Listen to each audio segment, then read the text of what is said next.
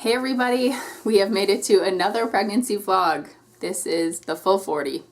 So today is the due date that I've always considered to be my due date based on our conception date, October 31st. This is the date that Mike has been banking on all along, but it is already about 1 o'clock in the afternoon today, so the clock is ticking. I am pretty sure by the end of Halloween we will still be waiting for our great pumpkin. I don't think it's going to happen today.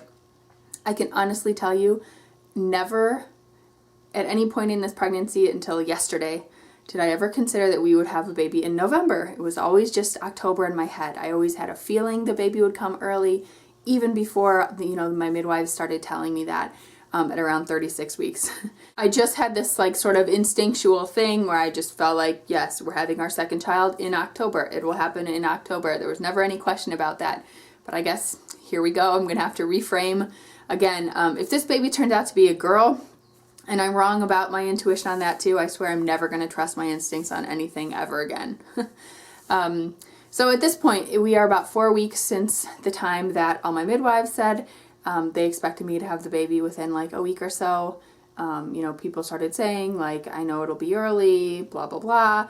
It's been about 3.5 weeks since the time that I had one cervical check and I was 3 centimeters dilated.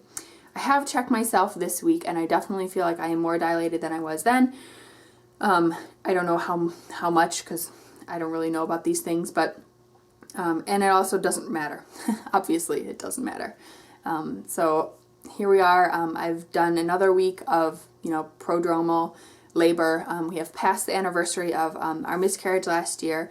That was October 29th, and I was really kind of thinking maybe that would be the day that our angel baby would usher this baby into the world, but obviously not.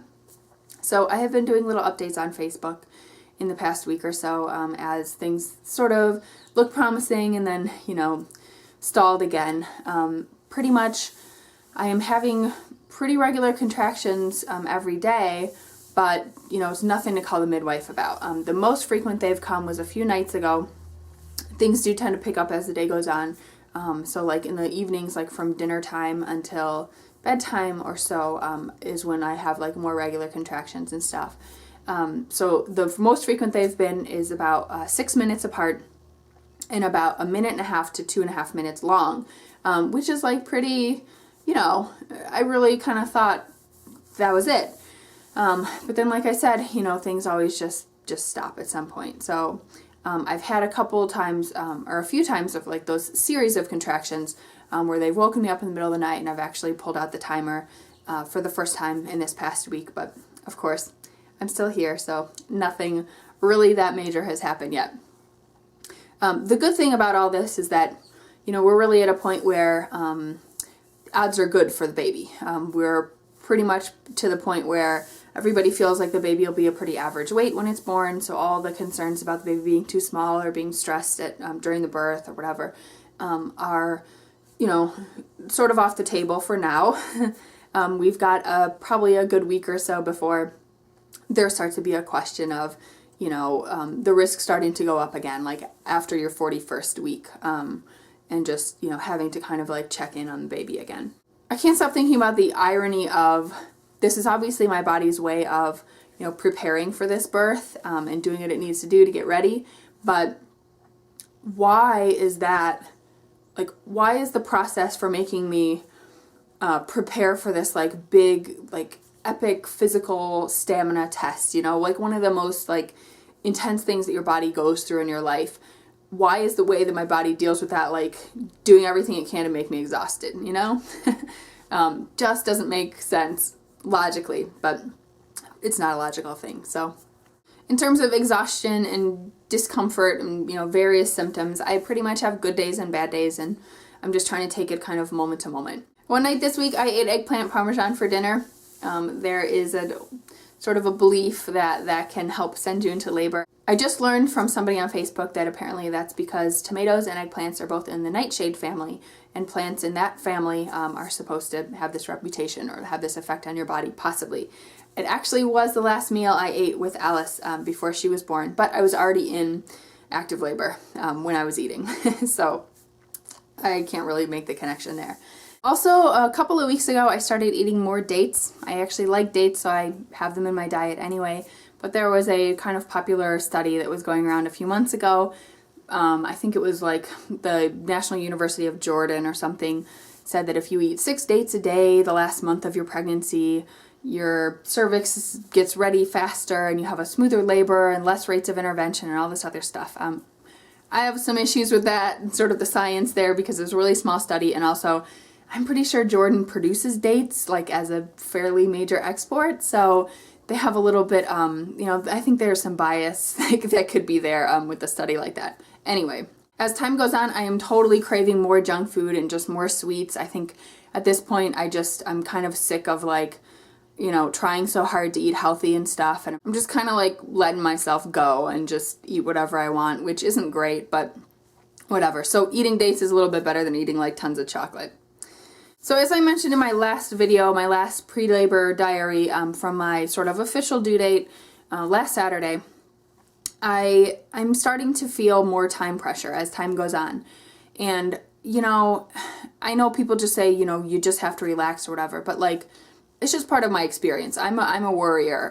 This is just what I'm feeling, and I appreciate the advice to kind of just like let it happen and stuff, and I know that that's true. Mike is telling me it all the time too. Mike has been completely awesome, taking like extra time off work to kind of give me the breaks that I need and that kind of stuff, and make sure I can catch up on rest, and just totally picking up my slack even more than he has been this whole time.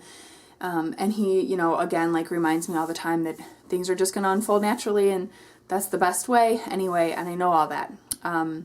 But like I said, there are just time pressures that I feel. It's really important to me for us to have time as a family before we have guests at our house for a long time. And at this point, my parents arrive 6 days from today, and they're going to be here. My mom will be here for 10 days. And that's going to be a lot. I know that my parents will be very helpful. It'll be great to have her around, especially for Alice. That's sort of why we planned things the way we did. But I honestly expected that we would, have a 2 or 3 week old by this point, or by that point when they arrived. I really thought that we would have a couple of weeks just for ourselves, just to adjust on our own. And now at this point, the baby could still not be born when they're arriving. It just makes things logistically harder. It's not in our budget to, put them up in a hotel. It's not in their budget either. We only have one car, and they're not going to have a rental car or anything. So just things would be more complicated if we get to that point. Also, of course, as time goes on, when we get past like the 41 week mark, things do start to get more complicated for the baby. And that's when we do have to pursue or at least think about some further testing to just make sure the placenta is functioning right, and the baby's still responding well and all of that. And I just would love to just not have to go down that road at all. I would just love to have this baby this weekend. We are beyond ready, emotionally, and just our lives are ready. Obviously my body's not ready, or the baby's body isn't ready, and that's what's holding us back. But I just really hope it happens soon. With Alice, I went into labor at 40 weeks and 1 day, and then I had her at 40 weeks and 3 days. It was a long, long active labor. But my labor with her started about 12 hours after I had a membrane sweep, which I would really like to avoid this time. I just feel like I know that they're effective. They're about 50% effective, which in the grand scheme is pretty darn good. I would love to just spontaneously have my body, decide on its own, and avoid some of the risk of infection and stuff like that from having membrane sweep. But I don't know. We'll see. I really am trying, honestly, to just let things happen naturally on their own. But, looking into the next few days, just feeling some of these time pressures and some of these increased risks coming on and stuff, I probably will try some acupressure points. I feel like those are pretty promising, and still fairly natural, fairly gentle. And the bottom line is, if my body or the baby still isn't ready, none of this, little jumpstart stuff is really going to work anyway. So I am just still trying to take some time every day to kind of just refocus, meditate a little bit, just sending positive messages to the baby all the time that, you know, everything is safe and ready, and just trying to convey our excitement, you know, to meet him or her. The best thing about this week, first I have to mention that Alice finally is like totally on board with potty training. She has been just using the potty all by herself completely, like not even telling us, not wanting our help at all. She will just go to the bathroom, close the door, do everything, you know, all the steps that we've taught her completely every single time. And that just in the past week, she is like fully invested. If we didn't have a new baby coming, I would say we are just golden. But I expect that there's going to be, you know, some changes to come after the new baby's here, just with her, again, kind of readjusting.